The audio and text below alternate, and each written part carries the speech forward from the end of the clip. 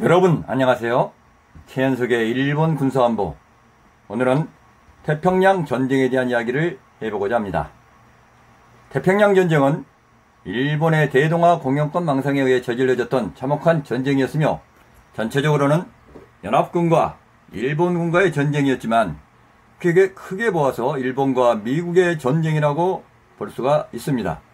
영상 내용이 길어질 수 있기에 일단 2부로 나누어 1부에 일본의 전쟁 계획과 일본의 공격, 그리고 2부에 미국의 반격과 일본의 패망으로 나누어 게재하고자 합니다. 태평양 전쟁 제1부, 일본의 전쟁 계획과 일본의 공격 이야기 시작하겠습니다. 유익하게 들으시고 꼭 구독과 좋아요 눌러주시기 부탁합니다. 태평양 전쟁 제 유튜브 영상 30화 일본의 대동아 공영권에서 상세히 소개해드렸지만, 일본 군국주의자들의 대동아 공영권 건설이라는 망상의 결과 빚어진 참혹한 전쟁이었죠. 우선 먼저 이해를 돕기 위해서 태평양 전쟁이 일어난 전쟁 지역을 훑어보기로 하죠. 지구 표면적의 3분의 1, 지구 바다의 2분의 1을 차지하며 지구에서 가장 큰 바다인 광활한 태평양, 그 중에서 하와이를 포함하여 서쪽으로 한 서태평양, 적도를 중심으로 한 북태평양 지역에서의 미군을 위시한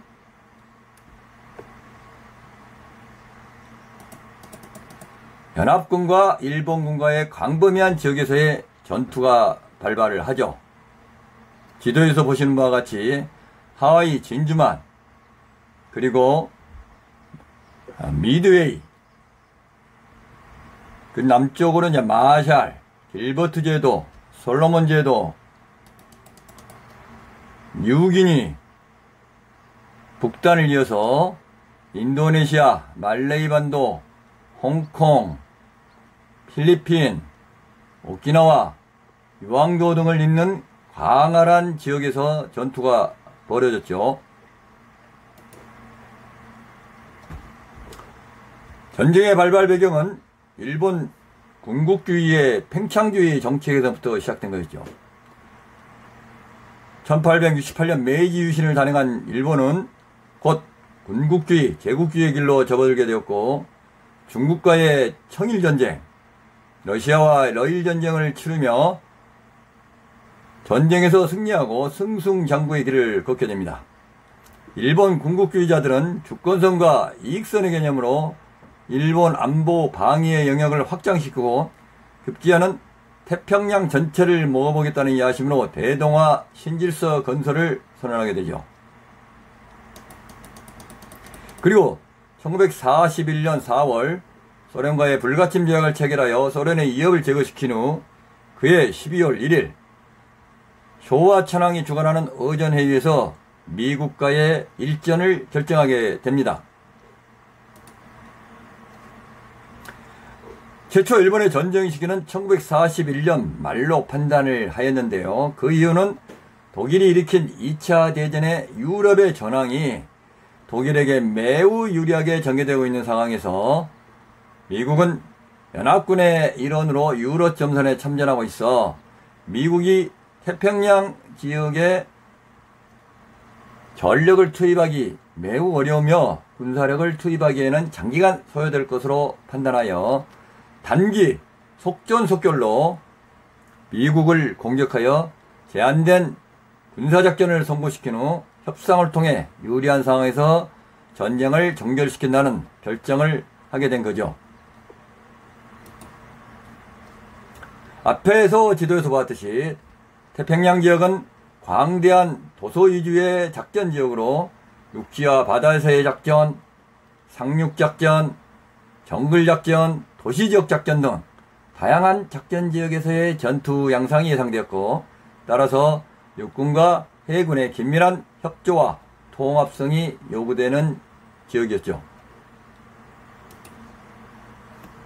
일본의 전쟁 계획은 대동아 공영권을 확보한다는 전쟁 목적하에 단기 선제 기습으로 연합군의 중요 지역을 점령 확보하여 방어선을 구축한 후 장기 소모전의 수행을 통해 미군과의 협상을 유도한다는 것이었죠.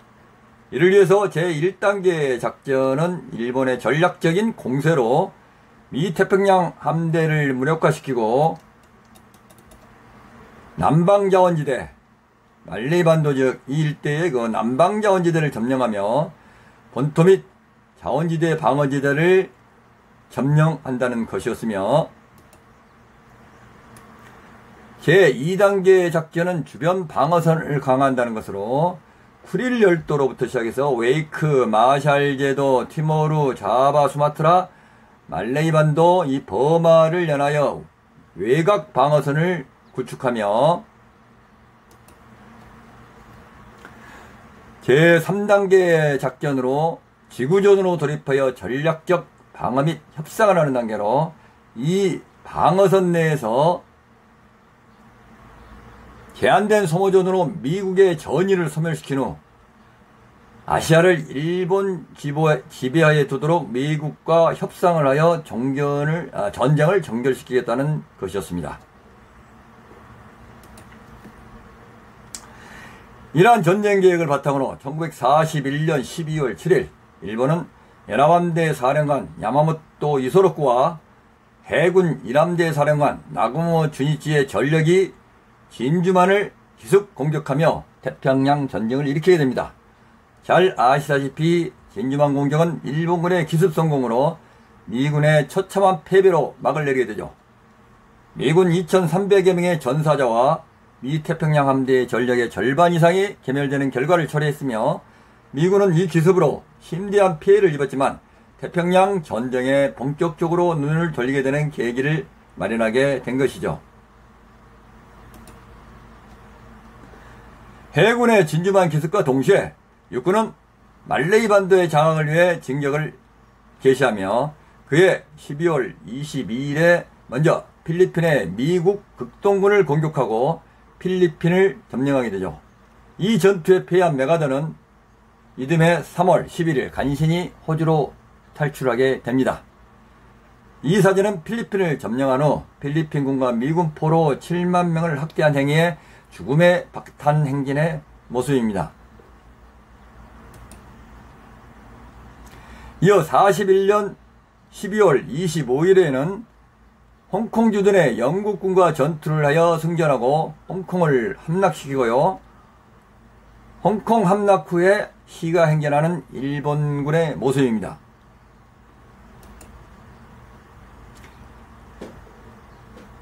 그리고 1942년 태평양 전쟁에 필요한 석유 공급을 위해 동남아 석유 공급의 거점인 네덜란드령 동인도를 침공합니다. 그리고 네덜란드형 동인도에 일본이라는 새로운 침략자가 등장을 하게 되죠. 네덜란드는 이 자바섬에서 영국, 호주, 미국과 합세하여 연합군을 형성을 했지만 일본이 또 이기게 됩니다. 이로써 인도네시아 군도의 주인은 일본으로 또 바뀌게 됐죠. 일본군은 42년 3월에 또 자바 해전에서 승리해 인도네시아를 완전히 점령을 하게 됩니다. 이어서 42년 2월 15일에는 싱가포르 주둔의 영국군을 몰아내고 싱가포르를 점령하고요. 이 사진은 영국군 아서 퍼시빌 중장이 일본군의 항복 협상을 하러 가는 모습입니다.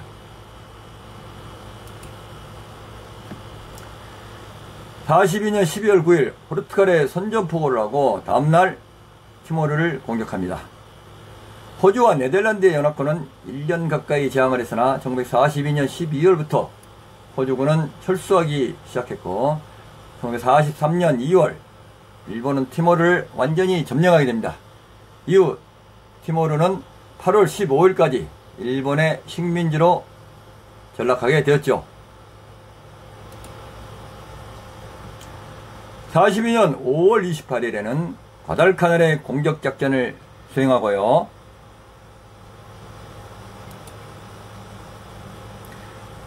그리고 이 일본의 과달카날 공격에 대해서 42년 8월 7일 이에 대한 연합군의 반격작전이 감행이 되었죠. 일본에 대한 미군을 지시한 연합군의 첫 번째 대규모 반격 공세였는데요. 연합군은 수적 우위를 바탕으로 42년 5월부터 주둔하고 있던 일본군을 제압하였으며 과달카날에 건설되고 있던 일본군 비행장을 확보하게 되죠. 이상으로 태평양 전쟁 제1부 일본의 계획과 공격을 살펴보았습니다. 시청해 주셔서 감사드리고요. 이어서 제2부 미국의 반격과 일본의 항복으로 이어집니다. 구독과 좋아요 부탁드리며 계속 시청해 주시기 바랍니다. 대단히 감사합니다.